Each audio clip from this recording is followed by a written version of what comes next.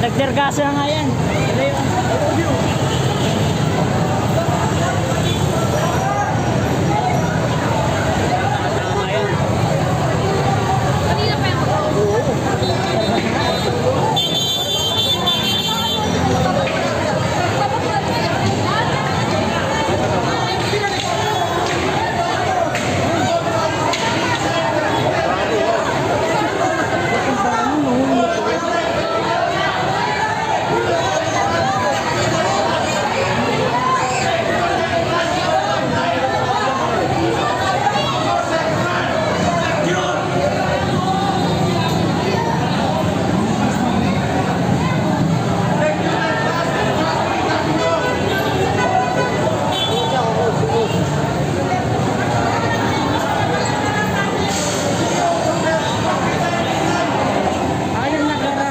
Rally.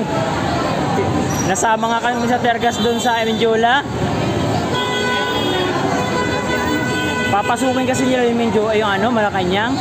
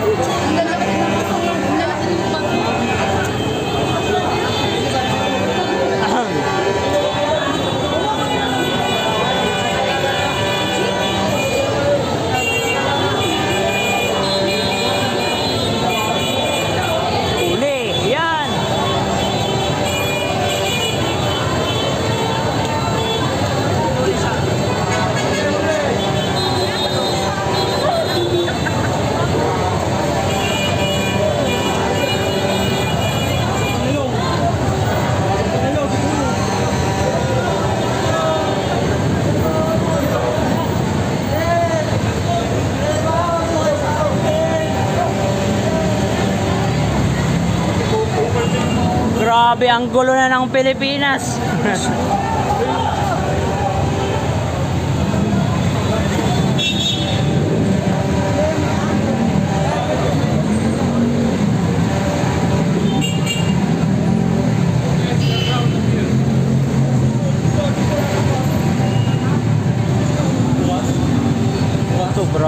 Grabe din yung mga nasira mga kababayan, no? Yung mga property ng City of Manila nadamay.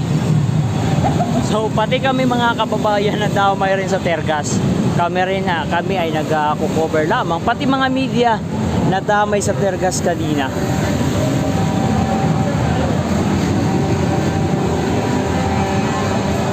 Ang tren, hindi ko alam kung naka-close. Alam ko naka-close, wala mo nang magbabiyahe. Lahat ng mga establishmento close na ho nila kasi matinding kaguluhan ito.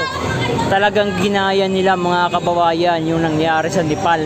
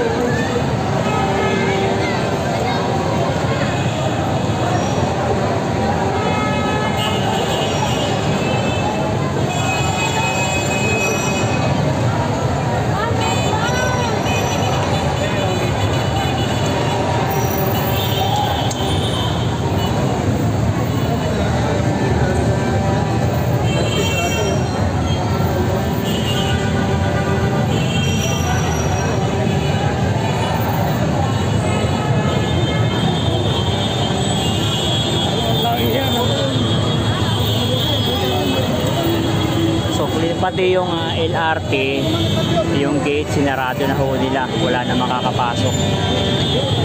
Tigil na rin yung biyahe ng mga tren dito sa may bahagi ng Recto.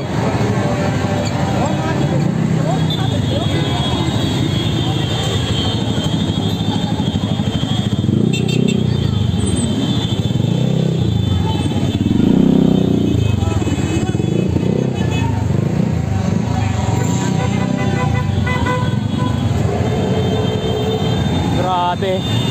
Hindi ko akalain mga kababayan na experience ko ngayong araw ang matindi. Ganito pala.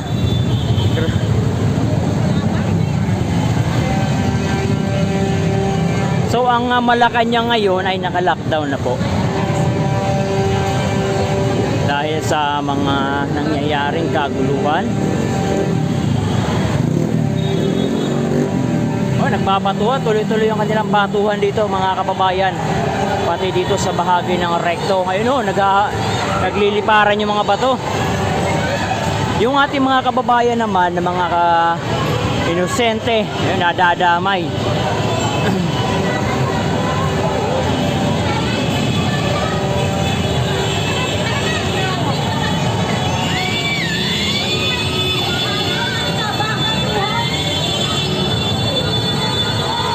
So pinupost na ngayon ng ating mga kapulisan.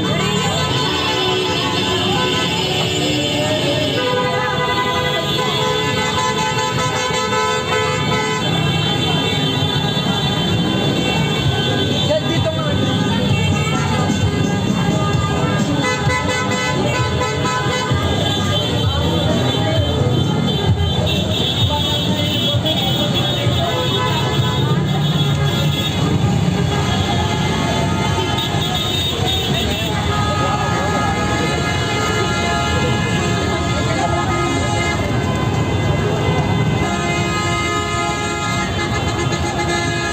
Oh, Oo, lumipad oh. si Kuya Bok, nakita mo? Lumipad na ako doon. Grabe ka naman. Ano na? Alam ko Diretso ako sa 7-Eleven, kumuha akong tubig. pero Ha? alam ko yung doon. Ah, Ayun ko na sa pinakuhan na. tergas yun?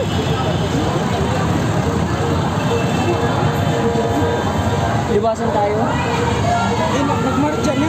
Asan na? Sila ito nakapasok. Papunta rin Malacanang. Nasaan na sila ngayon? Punta rin Malacanang. Saan ba ang banda ngayon? Malacanang na. Nandun na ngayon? Marcha na kanina pa. Eh, baka hindi intervene kasi ito ang kalaban.